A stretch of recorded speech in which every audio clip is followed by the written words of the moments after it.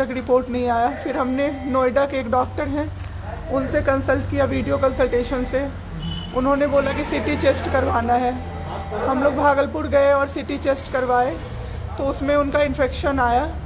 60% lungs उनका उसमें infected था, डैमेज नहीं था, इन्फेक्टेड था बस। बाकी लंग्स का हर चीज़ परफेक्ट था, सारा चीज़ नाक का, गले का सब कुछ नॉर्मल था, उसमें रिपोर्ट में था। फिर हम लोग नेक्स्ट डे ग्लोकल हॉस्पिटल है भागलपुर में, ग्लोकल हॉस्पिटल लेके आए। वहाँ पे एडमिट कराया हमने आईसीयू में। मेरी मदर की भी तबीयत ख़राब थी, मेरी मम्मी और मेरे हस्बैंड दोनों एक साथ एडमिट हुए। वहाँ पे इतनी लापरवाही हुई उनके साथ, इतनी लापरवाही हुई। डॉक्टर्स आते थे बस विज़िट के लिए, 10 मिनट देख के गए। उसके अलावा जितने भी वहाँ पे नर्स थे, कंपाउंडर्स थे, सारे के सारे जल्लाद थे सर। कोई दवाई तक नहीं देना चाहता था पेशेंट। मेरी मदर टचवुड बेटर कंडीशन में थी थोड़ी, मेरे हस्बैंड बोल भी नहीं पा रहे थे उस समय तक। इशारे से पानी का ऐसे ऐसे बताते थे, लेकिन कोई उनको पानी नहीं पिलाता था सर। वो मुझे हार के फ़ोन करते थे कि पानी पिला दो। जब मैं अंदर जाती थी तो ये लोग हल्ला करते थे कि क्यों जा रहे हो अंदर। फिर भी मैं जाके उनको पानी पिलाती थी, जूस पिलाती थी। रेमडेसिविर इंजेक्शन का नाम आप लोगों ने अभी तक सबने सुन लिया होगा कि कितनी मुश्किल से मिल रहा है। डॉक्टर ने वहाँ सजेस्ट किया, मेरे दो पेशेंट थे वहाँ, हमने बहुत मुश्किल से अरेंज किया। जब वो इंजेक्शन मिला तो एक दिन रात को जब इंजेक्शन देने लगे, हाफ इंजेक्शन फ्लोर पे गिरा दिया उन्होंने। हमने कहा कि इतना महंगा इंजेक्शन है, इसी का असर होके ठीक होते ये आपने कैसे गिरा दिया। उन्होंने कहा कि 50,000 का भी गिरा देता ना तो तुम कुछ नहीं कर पाती अभी। हम लोग चुपचाप वहाँ से सर हट गए। थोड़ी देर बाद वहाँ पे मेरे हस्बैंड को मैंने देखा कि उन्होंने 2-3 बार पॉटी किया था, यूरिन पास किया था, कोई क्लीन करने नहीं आ रहा था सर। 6 घंटे से वो उसी गंदगी पे पड़े हुए थे। उन्होंने मुझे फिर फ़ोन किया, बस फ़ोन कर पाते थे सर, बोल भी नहीं, बस मिस्ड कॉल आती थी, मैं समझ जाती थी कि कुछ परेशानी है उनको। जब मैं गई तो मैंने देखा पूरे गंदे बेड पे मेरे हस्बैंड 6 फीट 2 इंच के सर, पूरे गंदे पे वो सोए हुए थे सर। मैंने ज़बरदस्ती सबको बुलाया। एक आदमी था ज्योति कुमार करके, ज्योति कुमार, सब लोग ध्यान से इसको कवर कीजिए। ज्योति कुमार एक कंपाउंडर था वहाँ पे। कौन सा हॉस्पिटल का नाम? Glocal hospital Bhagalpur. Jyoti Kumar compounder है वहाँ का, मतलब जो अटेंडेंट सब होते हैं ना वो है, लड़की नहीं है लड़का है ज्योति कुमार। उसको मैंने रिक्वेस्ट किया कि भैया प्लीज़ आप मेरे हस्बैंड की मदद कर दीजिए, रात में ये लोग रुकने नहीं दे रहे हैं मुझे अपने पास, इनके पास। उसने बोला ठीक है ज़रूर मदद करूँगा, ये कह के, और मैं अपने हस्बैंड से बात करने लगी। इशारे से ही वो बात कर रहे थे, मैं बोल रही थी। अचानक से मेरा दुपट्टा खिंचाया बहुत ज़ोर से। मैंने सोचा क्या हो रहा है, जब मैंने पीछे मुड़ी तो मेरे कमर पे उस आदमी का हाथ था और मेरा दुपट्टा वो ज्योति कुमार खींच रहा था। मेरी माँ पीछे से चिल्लाई, मेरे हस्बैंड ऐसे ऐसे होने लगे, पूरा पसीना उनको चल गया, कुछ बोल नहीं पा रहे थे वो। जब हम लोग ठीक थे ना, मैं बाहर निकलती थी ना, कोई मुझे ऐसे देखता था ना नॉर्मली ही तो कहते थे आंख निकाल लूँगा, क्या सोच के इसको देख रहे हो। और मेरे हस्बैंड उस दिन बेड पे पड़े हुए देखते रहे कि मेरी वाइफ का कोई दुपट्टा खींच रहा है। और जब मैंने उस आदमी को देखा ना तो वो मुस्कुरा रहा था। मैंने ऐसे दुपट्टा खींचा और मैं कुछ नहीं बोल पाई डर से कि मेरे हस्बैंड यहाँ पे है, मेरी माँ यहाँ पे है, ये लोग कुछ कर देगा। इस डर से मैं कुछ नहीं बाहर निकली। मैं बाहर निकल के मैं दम से बैठ गई। वो आदमी मेरे पास फिर आया, मुस्कुरा के बोला मैं ध्यान रखूँगा। मैंने बोला ठीक है भैया आप ध्यान रखना। मैंने कुछ नहीं बोला उसको, कुछ भी नहीं। 2-3 दिन बाद ऐसे ही कोई सुविधा नहीं, कुछ नहीं। मेरे हस्बैंड की तबीयत उस दिन से बिगड़ी जब रात के 2 बजे में मेरी मदर के बगल वाले बेड पे एक अंकल, मास्क उनका हट गया था और वो अंकल चिल्ला के नर्स को बुला रहे थे और मेरी मम्मी चिल्ला रही थी जल्दी आइए ये मर जाएंगे, जल्दी आइए ये मर जाएंगे। कोई नहीं आया और अंकल ने दम तोड़ दिया।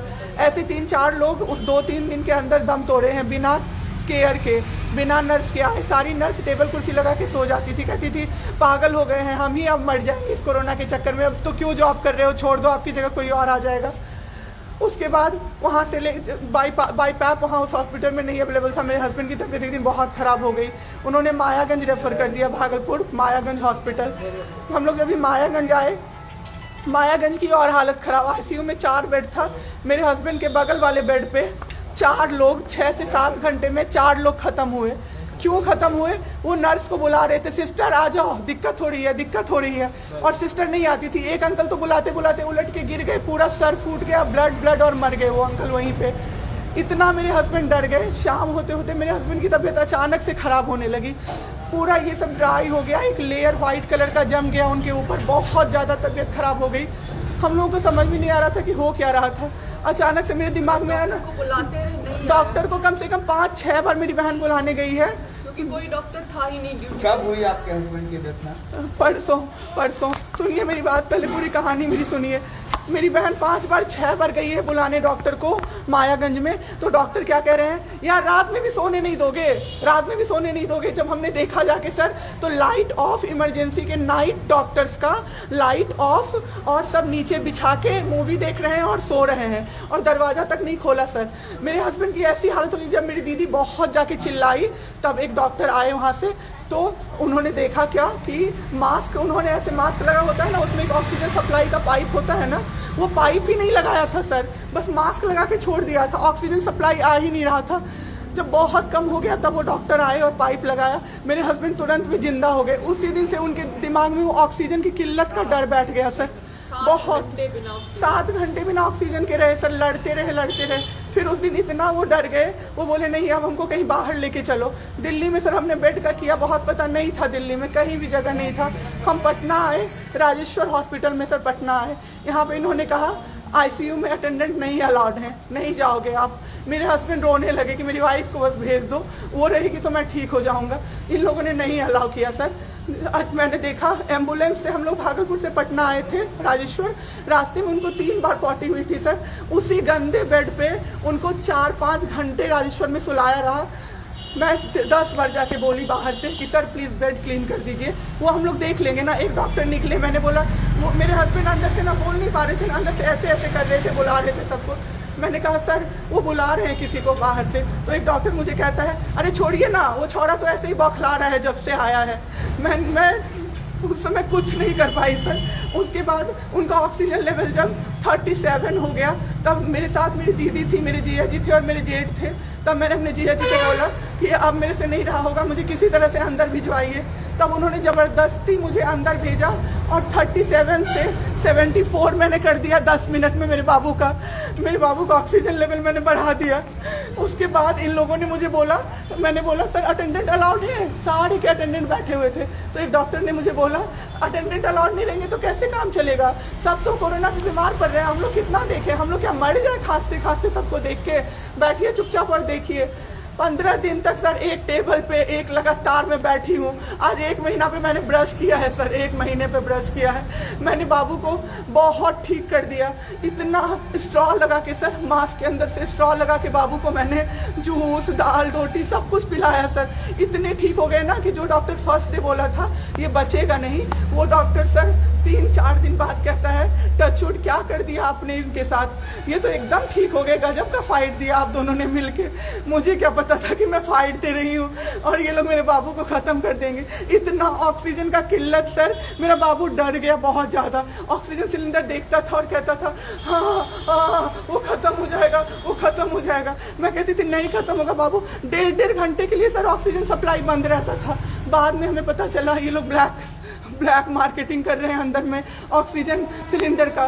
जो अस्पताल वाले हैं ना, वो ऑक्सीजन सप्लाई बंद कर देते थे ताकि बेचैन होके लोग खरीदें उन्हीं से। हम भी खरीदे सर, मैंने भी खरीदा, क्या करते हमें भी तो चाहिए था। परसों सर सुबह में हमारे पास एक ही सिलेंडर था, पाइपलाइन बंद हो गया। मेरे हस्बैंड को बाईपैप लगा हुआ था, उनको 2 सिलेंडर से जाना था, एक ही सिलेंडर था। सिलेंडर मांगते मांगते कहीं नहीं मिला सर, मेरे हस्बैंड ख़त्म हो गए। सर, मेरा बाबू चला गया हमको छोड़ के। आपके साथ यहाँ पे भी सर, यहाँ पे राजेश्वर में डॉक्टर अखिलेश गंदे इशारे कर रहा था मुझे सर। चलता था ना तो मुझसे सट के क्रॉस करता था सर। मैं इग्नोर कर देती थी कि मेरा हस्बैंड है यहाँ पे, वरना अगर बाहर होता चप्पल खोल के मैं मारती सर ऐसे इंसान को। वहाँ पे मायागंज हॉस्पिटल में डॉक्टर्स, कोई भी डॉक्टर नहीं आता है, कोई सीनियर डॉक्टर नहीं, जूनियर डॉक्टर नहीं, और पेशेंट की सिर्फ एंट्री कर देते हैं कि फिजियोथेरेपी किया गया। ये बाबू नाक का क्या करते हैं, नेबुलाइज किया गया, 4 बार नेबुलाइज किया गया, कोई चीज़ नहीं होती है, सिर्फ पेशेंट की एंट्री कर देते हैं। एंट्री सब किया हुआ रहता है, ये बड़े डॉक्टर आए, उन्होंने पेशेंट को देखा, नेबुलाइज किया, फिजियोथेरेपी हुआ, पेशेंट को कुछ नहीं, मतलब सीपैप पे पड़ा हुआ पेशेंट, और उसको देखने के लिए 24 घंटे में कोई नर्स नहीं आती है। रूम बंद करके और सब सोते रहते हैं। दरवाजा ठकठकाइएगा तो चिल्ला के बोलेगी दूर भागो यहाँ से, कोरोना पेशेंट के यहाँ से आई हो, हम लोग अभी रात में नहीं आ सकते। हम लोग क्या मर जाए पेशेंट के लिए? कोई नहीं आता है, कोई नहीं आता है देखने के लिए किसी को। पटना में ये कब लोग से हैं मैम आप? पटना में हम लोग तो 26 तारीख को आए पटना। मैम आपके साथ जो ये सब हुआ है, गलत हुआ है, इसकी शिकायत आपने किसी को की है? अभी किसको करे सर, परसों तो मेरा बाबू गया है। परसों शाम आप क्या चाहती हैं सरकार से? क्या अभी सबसे पहले तो मैं चाहती हूँ कि सारे जगह ये सबसे पहले तो मुझे कोई प्लेटफॉर्म मिले जिस पे मैं ये बोल सकूँ टीवी पे जाके, ताकि लोग बचें। अब जिसके साथ जो हो नहीं हो तो सेकेंडरी है।